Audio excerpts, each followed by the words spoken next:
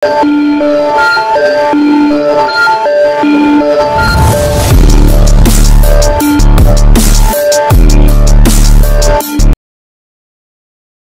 kota Huyang, Morosa juga melihat ke arah ibu kota raja dari kejauhan. Ada yang salah, kehidupan Lord Darksky tidak cocok dengan arah dunia di dalam tubuhnya. Sebagai binatang tingkat kedua dari Raja Dewa, Morosa sudah memiliki kesadaran tertentu tentang kemampuan binatang alam puncak. Dia bahkan bisa membiarkan Legiun sekarang, tetapi dia belum melakukannya untuk menyembunyikan identitasnya. Jadi ketika dia melihat sosok Lord Darksky, dia menyadari ada yang tidak beres, dan segera mengirim pesan dari benaknya ke Luo Feng. Tuan, binatang alam puncak dapat melahirkan legiun kehancuran yang kuat. Dia seharusnya bisa melahirkan sesuatu yang lebih kuat dari dirinya sendiri. Prajurit yang kuat. Binatang dunia sangat seimbang dalam semua aspek. Legiun penghancur lebih cenderung bertarung. Morosa berkata, legiun yang dibiarkan oleh binatang alam puncak harus terlebih dahulu memiliki seorang komandan, yang bisa disebut Kaisar Kehancuran. Kaisar Penghancur harus memiliki 18 jenderal, 36 komandan. Kaisar Penghancur adalah prajurit pamungkas yang paling sempurna. Dalam hal penyelamatan nyawa, dia lebih rendah dari binatang alam, tetapi dalam hal pertempuran, dia lebih kuat dari binatang alam. Saya merasa bahwa kehidupan Lord Darksky tidak lengkap. 6 penguasa yang menyatu menjadi satu harus menjadi Kaisar Kehancuran. Morosa berkata, Tuan Langit Gelap ini, sebagai bagian dari Kaisar Kehancuran, harus memiliki bentuk kehidupan yang sangat kuat. Tuan, Anda harus berhati-hati. Luo Feng mendengar pesan Morosa. Orang baik. Binatang kerajaan Tianmu terlalu rendah hati, membagi pemimpin legiun penghancur yang paling menakutkan menjadi 6 penguasa. Luo Hi. Lord Antian memandang Luo Feng dan berkata sambil tersenyum, bakatmu memang luar biasa, tapi kamu tidak bisa mengancamku hanya dengan satu tiruan. Ayo dengan kelima klonmu. Tuan Langit Gelap tidak meremehkan alam tingkat kedua dari 4 Raja Dewa sebelumnya. Bahkan Tuan Antian mengabaikan Raja Dewa Bulan Perak yang kekuatannya sebanding dengan Tuan Tian Kun. 5 dari mereka berkumpul. 5 Luo Feng berpakaian perak menatapnya, tidak perlu. Luo Feng berjubah perak berdiri di sana, jubah peraknya menyebar dengan cepat dan berubah menjadi sungai perak yang tak berujung. Sungai perak menyapu triliunan kilometer dengan kekuatan yang dahsyat, menutupi dunia dan menjebak pangeran kegelapan. Dihancurkan. Luo Feng berpakaian perak ini berdiri di tengah sungai yang dahsyat. Sungai itu terjebak dan mengikis Lord Antian. Kekuatan erosi ini jelas lebih baik daripada cahaya abadi sebelumnya dari lubang campuran, menyebabkan sisik di tubuh utama Darksky Lord mulai compang-camping, memperlihatkan lapisan dalam daging dan darah Qian. Daging dan darah sedang terkikis. Kekuatan korosif ini? Lord Darksky sedikit terkejut. Itu memiliki pesona jalan kehancuran saya dan sangat merusak. Bahan yang terbuat dari sungai itu juga menakutkan. Setiap kekuatan penuh dengan vitalitas tak berujung, terus-menerus terkikis dan menggelegarkan tubuhku. Gerakan membunuh Luo Feng saat ini adalah menara bintang, kehendak tingkat Raja Dewa Transenden, bentuk kehidupan dunia 24 fase, dan gaya kepunahan massal. Sebelumnya, cahaya abadi di Hoodlet Hall adalah gerakan yang kuat di tingkat kedua Raja Dewa. Kemudian menggunakan trik korosif tubuh fisik saat ini benar-benar dapat mengeluarkan kekuatan menakutkan dari tubuh fisik. Apa? Bisakah kamu benar-benar menyebabkan Lord Darksky terluka ringan? Apakah area sungai-sungai Luo begitu erosif? Orang-orang kuat dari semua sisi di benua asal menyaksikan pertempuran dari kejauhan dan semuanya terkejut. Tuan Antian ini lebih rendah dariku dalam hal gerakan. Tapi tubuh fisiknya masih lebih kuat dariku. Kaisar Guisu melihat pemandangan ini, erosi domain saudara Luo Hi dapat sedikit melukai Antian Lord, maka jika saya menemukannya, saya khawatir cederanya akan lebih serius. Sungguh bidang yang menakutkan. Raja Dewa Wuxin juga diam-diam terkejut. Sekuat saya, menghadapi bidang yang sangat luas, saya hanya bisa melarikan diri. Tidak peduli seberapa kuat teknik melarikan diri tubuh, area tersebut tertutup area yang luas. Siapapun yang berani melawan Luo Feng dari jarak dekat pasti akan terkikis oleh alam. Kekuatan di bidang ini membuat orang-orang kuat dari semua sisi mengenali kekuatan Luo Feng. Ledakan. An Tianzun mengambil inisiatif. Terlepas dari rintangan sungai tak berujung, dia masih sangat cepat, menembus semua rintangan sungai dan langsung menuju klon Luo Feng berpakaian perak Luo Feng. Menghancurkan. Saat Lord Antian membunuhnya, dia sudah meninju. Pukulan ini memengaruhi pengoperasian aturan langit dan bumi, benar-benar mengunci klon Luo Feng. Tidak ada cara untuk bersembunyi, dan kekuatan menakutkan yang tak ada habisnya menghancurkannya. Telapak tangan Luo Feng seperti pisau, dan dia menebasnya dengan satu pukulan. Pedang ini seperti matahari besar yang muncul di antara langit dan bumi. Putaran matahari besar dan pukulan itu benar-benar bertabrakan. Gemuruh, kekuatan menakutkan dari tabrakan itu menyapu segala arah, dan juga menghantam Raja Makanan tidak jauh. Praktisi yang tak terhitung jumlahnya di Shiwangdu ketakutan dan merasa bahwa kematian akan datang. Hua hua hua. Bima sakti menyelimuti segala arah, benar-benar menahan penyebaran kekuatan. Lord Dark Sky masih berdiri di sana setelah pukulan itu, dengan hanya beberapa sisik di tinjunya yang patah. Namun, Luo Feng hanya berdiri setelah terbang terbalik, dan tangan kanannya sudah meneteskan darah. Tubuh fisikku sedikit lebih rendah darinya, dan tingkat keahlianku juga lebih rendah. Luo Feng memperhatikan celah di antara kami segera setelah kami bertarung. Klon ini hanya 1% dari cadangan energi, tubuh sejati bentuk kehidupan dunia, dan Antianzun dibandingkan dengan Tuhan, itu masih sedikit lebih rendah. Ledakan. Lord Dark Sky berlari merajalela di sungai perak yang perkasa, mengejar Luo Feng dan membunuhnya. Luo Feng menggunakannya sebagai batu asah, menguji triknya sendiri lagi dan lagi. Luo Feng mempelajari pola rahasia mendalam dari Menara Bintang, dan memperoleh wawasan tentang kehidupan, kehancuran, kombinasi hidup dan mati semuanya. Meski tidak sesempurna, gaya kepunahan massal, namun masih cukup luar biasa. Sekarang diverifikasi dalam pertempuran yang sebenarnya.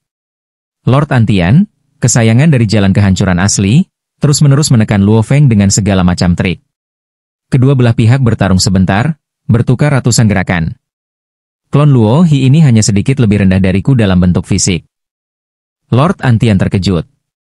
Dan dalam hal vitalitas, dia bahkan lebih menakutkan dariku. Bahkan setelah bertarung sampai sekarang, cadangan kekuatan ilahinya bahkan tidak berkurang. Cadangan energi kedua belah pihak belum habis. Ini adalah hasil dari tubuh fisik yang terlalu menakutkan. Saya tidak selalu bisa membantu Lord Hansen untuk menjaga wilayah itu. Kerajaan makanan ini pada akhirnya akan kembali ke Luo He. Lord Antian memahami hal ini. Namun, bagaimanapun juga, aku tidak bisa membiarkan kekuatanku menghancurkan legiun jatuh. Mata Lord Antian menjadi dingin, dan tongkat panjang muncul di tangannya. Ini adalah senjata pamungkas Raja Dewa. Bagi kerajaan Tianmu, cukup sulit untuk mendapatkan harta rahasia yang melampaui level Raja Dewa. Tetapi senjata dan harta rahasia di level tertinggi Raja Dewa masih bisa diperoleh dengan lebih baik. Masing-masing dari 6 penguasa besar memiliki senjata pamungkas yang cocok. Air mata. Setelah tongkat panjang muncul di tangan Lord Antian, dia secara alami menebasnya. Dalam sekejap, dunia terbelah, dan celah muncul di dinding membran dunia sumber. Lebar celah ini sangat kecil, kira-kira setebal jari. Kesenjangan ini meluas sampai ke klon Luo Feng. Poof. Tubuh Luo Feng robek dengan luka besar. Gerakan alam pamungkas. Luo Feng bereaksi saat dia dipukul. Gerakan Lord Antian sendiri sedikit lebih rendah, tetapi dengan bantuan senjata alam pamungkas Raja Dewa, dia melepaskan kekuatan yang lebih menakutkan. Tubuh ilahinya menahan pukulan ini, dan konsumsi energinya tidak sebesar itu. Lord Antian terkejut. Adegan ini juga menakuti banyak orang kuat di benua asal. Luo Hi ini, ketika dia berada di tingkat pertama Raja Dewa, tubuh fisiknya cukup kuat. Sekarang dia telah mencapai tingkat kedua dari Raja Dewa. Tubuh fisiknya bahkan lebih menakutkan. Dia diam-diam terkejut, hanya segelintir orang di benua asal yang bisa membunuh Luo Hi ini. Hitunglah. Di King dan Dibo mungkin bisa menghancurkan Luo Hi sepenuhnya. Tapi saya tidak bisa melakukannya lagi. Dian tidak terlalu menyukai perasaan ini, tetapi faktanya ada tepat di depannya. Hanya tiruan Luo Hi sangat sulit untuk dihadapi. Ada banyak klon yang bersembunyi di berbagai tempat, dan terlalu sulit untuk melenyapkannya sepenuhnya. Oke. Dicu tampak sangat bahagia. Murid saya sangat berbakat. Yang dia butuhkan sekarang adalah waktu. Selama dia diberi cukup waktu untuk tumbuh, saya yakin dia akan dapat bersaing langsung dengan kaisar di masa depan. Dicu berpikir. Murid hari ini, selain berkulit tebal dan mampu melawan, masih sedikit belum dewasa dalam gerakan mereka. Tidak ada satupun metode rahasia pamungkas yang dipahami, dan bahkan tidak ada harta rahasia yang kuat. Tapi hanya dengan mengandalkan tubuh tirani seperti itu, Kaisar dan Raja juga perlu menghadapi Luo He. Tuan Antian, saya juga punya senjata, tolong coba. Luo Feng mengulurkan tangannya, dan pisau bayangan darah muncul di tangannya. Pisau bayangan darah adalah embrio pedang pamungkas dari Raja Dewa. Luo Feng perlu mencetak pola rahasia pada embrio pisau itu sendiri. Awalnya, rencananya adalah pola rahasia pada embrio pisau harus fokus pada jalur kehancuran. Bagaimanapun, jalan hidup dan mati bukanlah sistem untuk saat ini.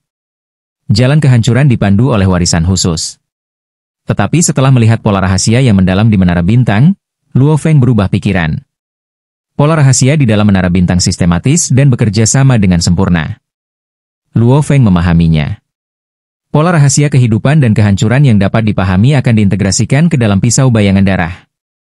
Pisau bayangan darah dapat dikatakan sebagai versi super sederhana dari Menara Bintang. Dan itu terutama didasarkan pada pola rahasia kehidupan dan kehancuran, dan mereka bekerja sama satu sama lain. Berdengung. Luo Feng memegang pisau bayangan darah, dan cahaya pisau bayangan darah itu menakutkan. Memotong. Pola rahasia di dalam pedang diukir sendiri, sehingga secara alami sangat mudah dikendarai, dan dapat dengan sempurna menampilkan kekuatan pedang bayangan darah. Pedang ini ada di depan Lord Antian dalam sekejap. Lord Antian juga tidak repot-repot menghindar, dan menyapu tongkat dari depan. Bilah dan tongkat panjang bertabrakan. Boom! Lord Antian terkejut merasa bahwa berat pedang ini bahkan lebih besar dari teknik tongkatnya. Teknik tongkatnya mengandung banyak karakteristik jalur kehancuran, tetapi pedang Luo Feng. Satu-satunya karakteristik adalah berat. Sangat berat. Tubuh tirani Lord Antian menahannya dengan paksa. Tidak ada pihak yang bergerak di udara. Serangan ini seimbang. Apakah kamu masih bisa mengendalikan senjata pamungkas Raja Dewa? Lord Antian memandang Luo Feng. Saya mengaguminya, saya mengaguminya. Jika Anda mendapatkan senjata pamungkas Raja Dewa, Anda perlu mempelajari harta rahasia senjata tersebut. Tidak mudah untuk menggunakan gerakan pamungkas senjata. Keterampilan pedang saya mengandalkan berat badan untuk menang, tetapi saya tidak bisa memaksa Lord Antian untuk mundur selangkah. Saya masih sedikit lebih lemah. Luo Feng menatapnya. Kamu menang. Lord Antian melirik Luo Feng dengan dingin. Ini hanya tiruan dari Anda. Menghadapi klon tanpa keuntungan, Lord Antian tahu betul bahwa dia telah kalah. Segera, dia mengambil langkah dan pergi melalui kehampaan, kembali ke kerajaan Tianmu. Pada saat ini, orang-orang kuat dari semua sisi di seluruh benua asal yang menyaksikan pertempuran ini benar-benar menyadari betapa menakutkannya Raja Dewa Lohe, sebenarnya. Kekuatan mengintimidasi mereka bahkan lebih menakutkan daripada Kaisar Guisu dan Raja Wuxin.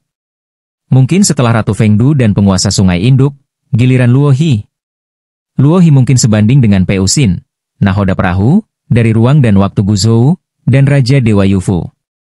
Saat Lord Antian pergi, Raja Xi berada di langit, hanya menyisakan 5 klon Luo Feng. Tidak ada yang akan bertarung. Kekuatan dunia Luo Feng menyelimuti seluruh kerajaan makanan, dan tidak ada orang kuat lainnya yang ditemukan telah menembus. Kekuatan yang ditunjukkan kali ini tepat. Ini bukan ancaman yang kuat seperti Dewa Raja Bumi dan penguasa Ibu Sungai, tetapi Kaisar dan Raja harus berpikir dengan hati-hati jika mereka ingin berurusan denganku, pikir Luo Feng. Jika Luo Feng adalah kehendak tertinggi Raja Dewa dan mengendalikan 5 klon dari 24 bentuk fase, ledakan kekuatan seperti itu sudah menjadi batasnya. Dia memang tidak bisa bersaing dengan Kaisar dan Raja. Saatnya untuk mengambil alih seluruh negara makanan. Luo Feng juga tahu bahwa mengambil alih dan mengelola wilayah yang begitu luas bukanlah tugas yang mudah. Untungnya, di tahun-tahun sebelumnya, Sekte Daohe telah membudidayakan sejumlah besar murid. Sekarang, murid-murid ini dibutuhkan untuk mengelola wilayah yang luas. Panggil! 5 klon Luo Feng juga menghilang. Cudu. Marquis Yu dari Chu mengadakan perjamuan akbar, dan banyak pangeran, tamu, dan murid Raja Dewa dari garis keturunan Chu datang untuk hadir.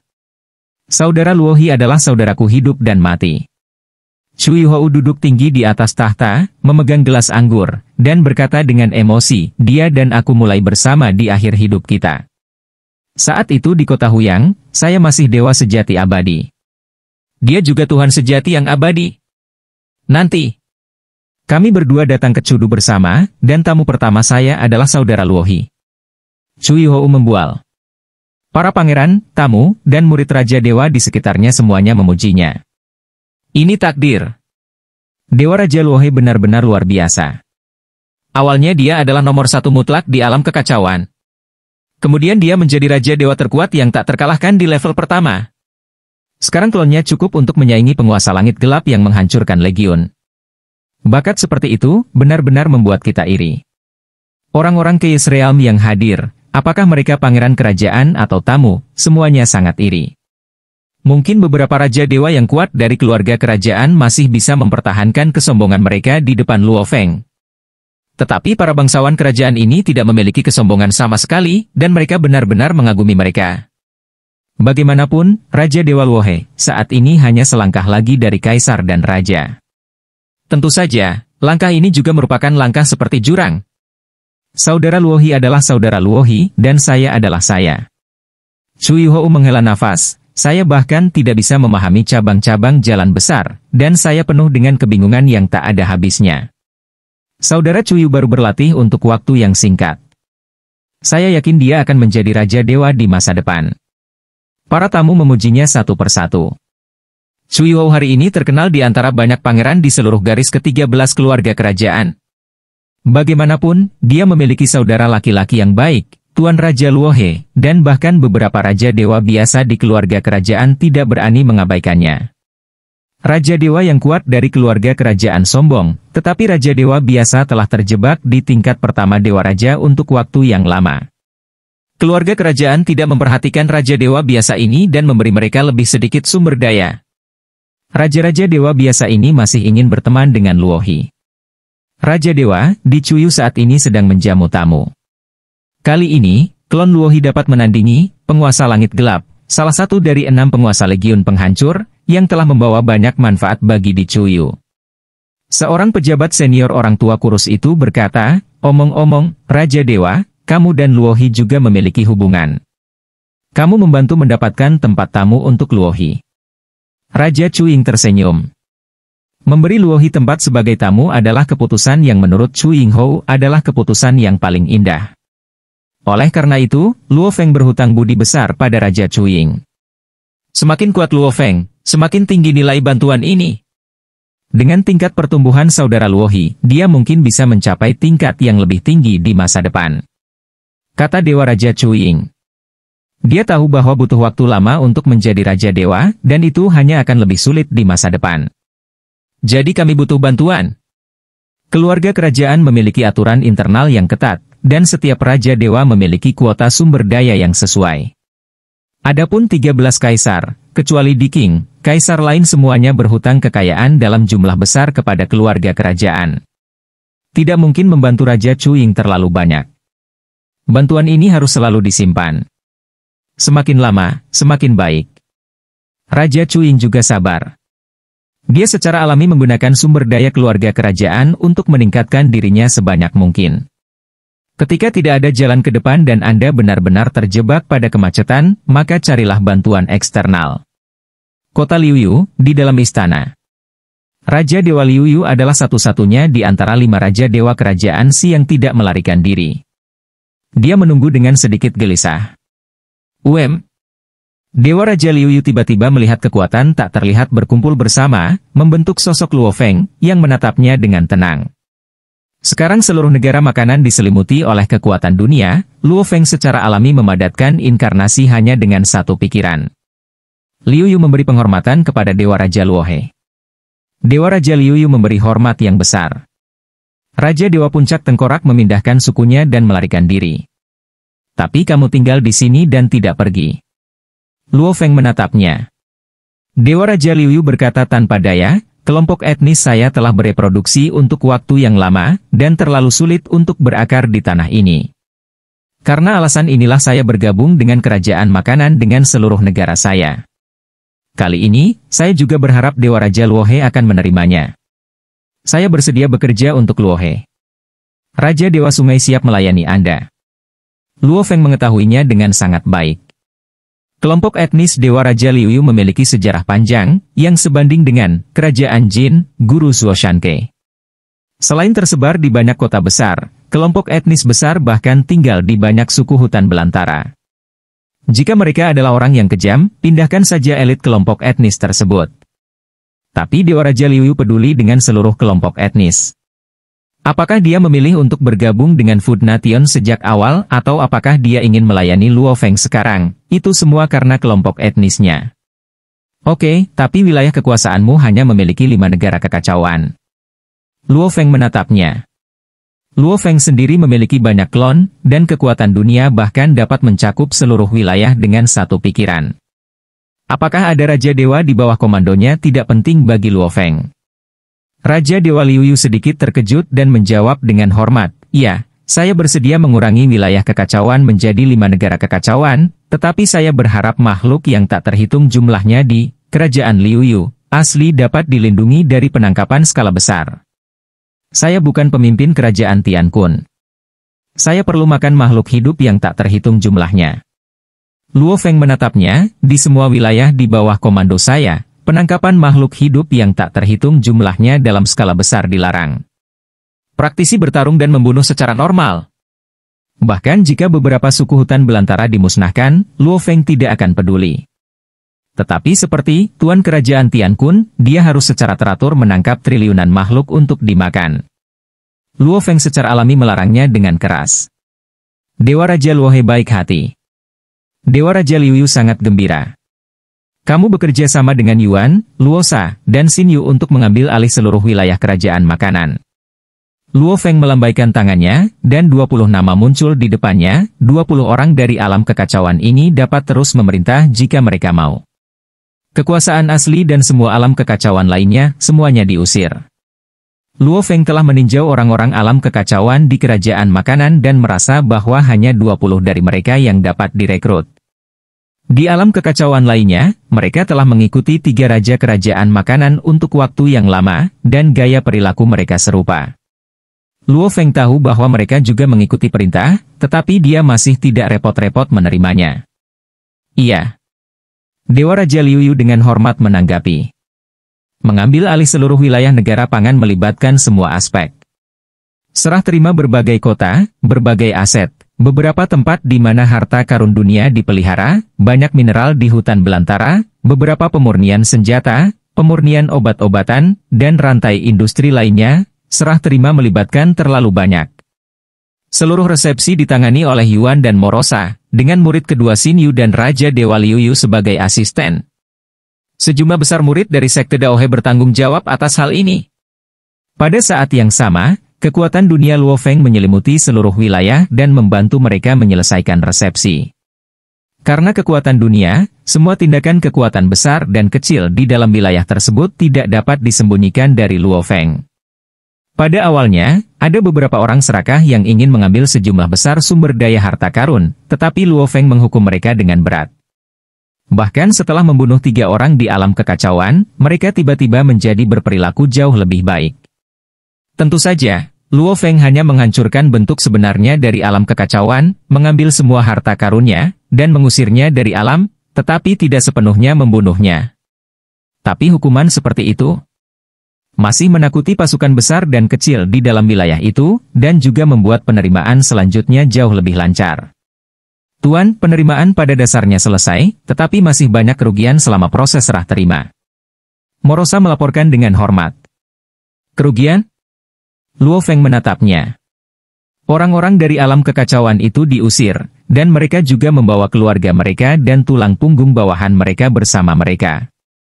Morosa melaporkan, keluarga mereka bertanggung jawab atas banyak industri sebelumnya, tetapi tiba-tiba mereka kehilangan begitu banyak tulang punggung, dan banyak industri tidak dapat berbuat apa-apa. Ini adalah kerugian yang tak terhindarkan. Luo Feng mengangguk. Di masa lalu, banyak elit di kota adalah bawahan langsung dari alam kekacauan, atau bahkan anggota keluarga. Sekarang mereka semua dikeluarkan, dampaknya memang akan sangat besar.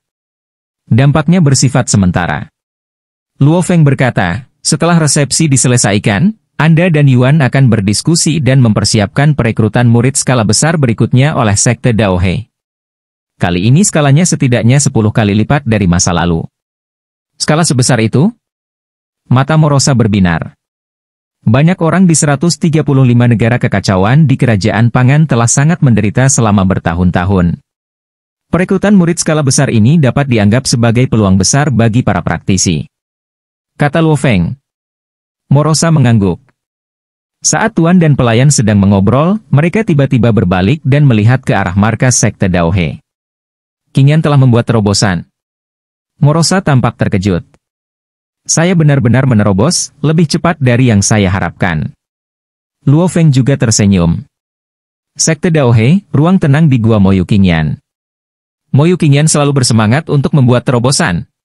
Dia telah mengikuti Luo Feng sejak dia pertama kali datang ke benua asal, dan telah diajari dengan hati-hati oleh Morosa, dan kemudian juga menerima bimbingan dari Yuan.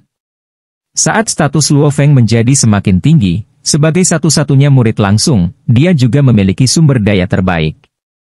Bahkan Morosa diam-diam memberikan beberapa sumber daya yang bisa dia dapatkan ke Moyu Qing Yan. Adik laki-laki Xin Yu menerobos dan menjadi alam kekacauan. Guru juga telah menerima sekelompok murid yang disebutkan, dan banyak bakat mereka lebih unggul dari saya. Sebagai kakak laki-laki tertua dari seluruh sekte Daohe, tekanan batu biru giok hitam secara alami sangat tinggi. Satu-satunya hal yang bisa dia lakukan adalah lebih perhatian. Mintalah saran dari Yuan. Mintalah saran dari tuan kedua, Rosa. Dia bahkan tanpa malu-malu meminta nasihat dari Tuan Luohi. Tuannya jarang memberinya bimbingan, tetapi setiap kali dia melakukannya, Moyu Qing Yan akan mempelajari apa yang dikatakan tuannya kata demi kata setelah kembali, memikirkannya ratusan kali. Moyu Qing Yan merasakan transformasi darah di tubuhnya. Meskipun dia tidak sepenuhnya memahaminya saat ini, dia masih mampu mengendalikan hukum kekacauan. Saya telah membuat terobosan, garis keturunan saya telah berubah. Moyu Qing Yan berkata dengan penuh semangat dengan air mata berlinang. Akhirnya, ada terobosan. Orang kedua di antara murid-murid guru yang mencapai alam kekacauan. Meskipun hanya jalur garis keturunan yang telah menjadi alam kekacauan.